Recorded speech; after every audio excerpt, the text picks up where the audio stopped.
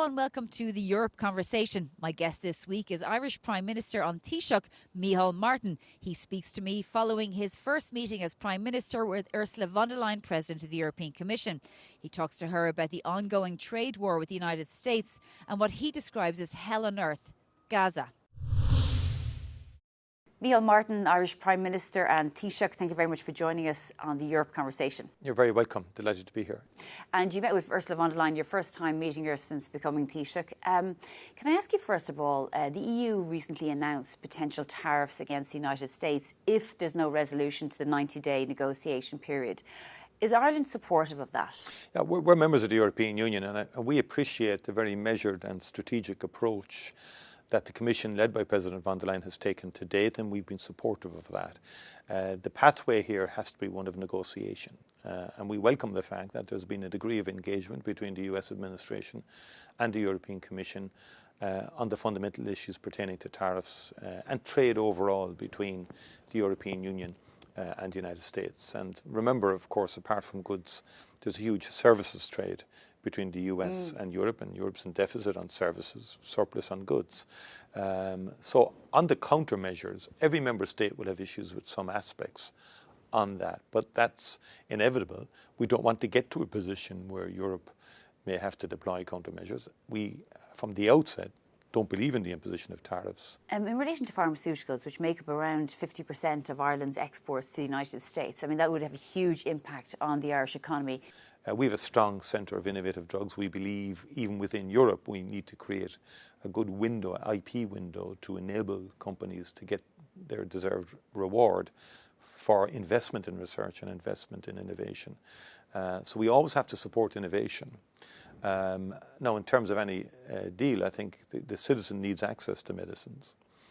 And again, Europe and America have a lot in common here. I want to just move on because Ireland is taking the presidency of the European Council in 2026, and part of that will be negotiating the 7-year EU budget. There is a very strong consensus that defence and security has to be a key part of that. Can you see where the trade-offs might be in relation to the budget? Will there be a reduction, for example, on the common agricultural policy? Can Ireland see where there may be trade-offs? Well, Ireland is very focused on the common agricultural policy. We're focused on research as a key part of our competitiveness agenda within Europe. I'm a strong believer in research myself and the benefits that flow from it. We've just discussed pharmaceutical research and the important impact that has had on lives and lifespan. I think the fundamental question will be how much money will be available, the need to develop some own resources, and the fact that most people are looking for more expenditure on different aspects of the budget, but not as clear on how we produce the revenue to meet the desired expenditure. And of course, we have to deal with Next Generation EU, paying back the loans and so on, which Ireland supported that, even though we were net contributors. We supported, if you like, the big bazooka approach to COVID-19 and the collective approach. Did Ireland support something like common borrowing for defence? I think on defence, we accept the inevitability that in terms of the multi-financial framework, there will be member states who will want some portion of that to be allocated to defence needs. Ireland has no interest in getting in the way of other countries in terms of their necessities, their existential sense of having to protect themselves, given the Russian invasion of Ukraine. That has changed the entire security paradigm in Europe.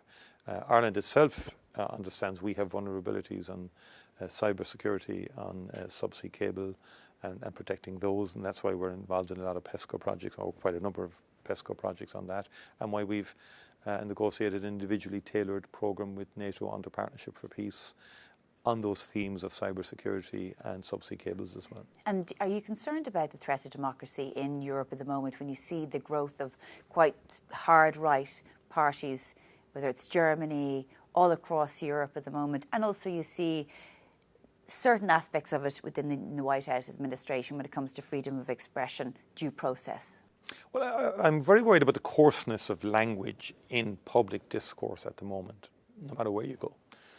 Even in Ireland, and social media has facilitated this, this kind of sharp soundbite of hate, of dismissing everybody if you don't agree with their view, of labelling people and putting people into pigeonholes. The capacity to have debate, as we're having now, is fast slipping away from the public realm a bit, and that worries me. Are you concerned about it in the United States, though, or even in Europe? And even if you look in places like Hungary, the reduction of rights for LGBT We are very communities. concerned about that in Hungary in terms of the undermining of the LGBTI community, the banning of pride parades. These are very fundamental issues that Europe has to engage with, the European Union. And there's a tendency, I look at some of the rhetoric that's emanating from the Hungarian government towards Europe. I mean, we'll conquer Europe, or we'll take them over, or we'll have a common something. So all that stuff is, I think, is inflaming public opinion in a very negative way. I mean, most European citizens like the fact that they're part of the European Union. I said in a speech recently, you know, in the European Union, you know, we have all of that, freedom of speech. We have regulated markets. We have good standards in food and across the board. We have stability. Who wouldn't want to live in an environment like that? Do you think that the EU should do more in relation to this? Yes, and I think also we should do more to provide a positive narrative of what being a member of the European Union Would you like means. to see maybe Article 7 or other I think there are many instruments we have. Yeah. Article 7 is one. I think we should pursue all instruments. I think, you know, we've always accepted unanimity on certain aspects. We think it's been abused. And I believe the European Union will not become workable if that abuse continues. And I think there's only so much member states can take in terms of willful abuse of the veto. We've seen it play out in Ukraine. So there are a number of instruments that we can use, and we shouldn't be afraid to use them. In Ukraine, Ireland's obviously very supportive of enlargement and Ukraine becoming an EU member state. Do you think that's going to be possible, seeing as that it's all blocked at the moment? It's outrageous what's going on at the moment. In my view, it's essential that Ukraine becomes a member of the European Union for geopolitical reasons. And I think Europe probably missed opportunities over the last decade or two in terms of the Western Balkans as well. And I'd like to see, you know, Montenegro and North Macedonia and other states in the Western Baltics in due course become members also. And I've been an advocate of this for quite some time. But it seems that people are exploiting the mechanisms of the veto and so on. As in Viktor Orban, Hungary. Yeah, unreasonably, in my view, unreasonably. Europe has made a lot of attempts to try and unblock these issues through mediation and engagement. And likewise, you know, in terms of the EPF, the European Peace Facility as well, has been, in many, slowed down Ireland's contribution to Ukraine. We contributed non-lethal finance to that, hasn't been able to be utilised and so on. Now we're doing it bilaterally. One area that you have been at odds with the EU consensus is in relation to Israel and Gaza. And earlier, before, you've criticised Israel for committing war crimes, be it starvation and so on. Tell us about your engagement with Ursula von der Leyen in relation to that. It's quite shocking what is now happening within Gaza. To have an effective blockade for 50 days and more, 60 days maybe now, in terms of food, in terms of the essentials of life, the bare necessities of life, in my view, must be considered a war crime. And I don't say that easily. I want a resolution. We want the restoration of the ceasefire. We want the release of all hostages. In my view, it was shocking to take people as hostages. These were innocent people at a concert in their kibbutz. I went to kibbutz Be'eri myself to see it firsthand, the impact of the horrific Hamas attack on Israel. And that was shocking and horrible. And I've condemned it from the outset, and I went there to show empathy with the people who had been attacked. So all those, I mean, the hostages should have been released a long time ago. But the war that has been waged in response, in my view, has lost any moral compass at this stage in terms of its unacceptable impact on the civilian population and on children.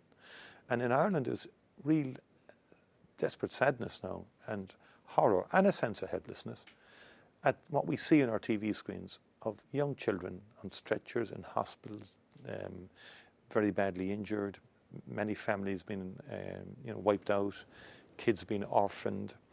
From a humanity point of view, it's beyond comprehension. And what's happening now in terms of a doubling down by Israel in terms of occupation and intensification of the war on the ground, they've bombed hospitals.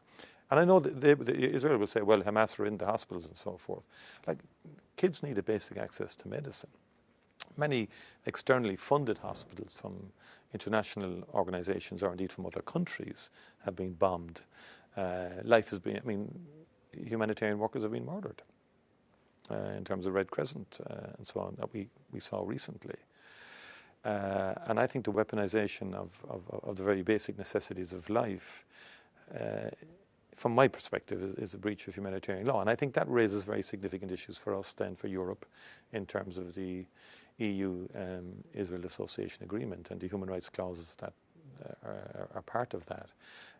And so there has to be a discussion of that now. But when we look back at this moment, obviously the EU being a union of international law, what will you say, people will say about Europe's response? That is my core point. Like, I think this is fundamental to Europe and to the European Union, what we stand for.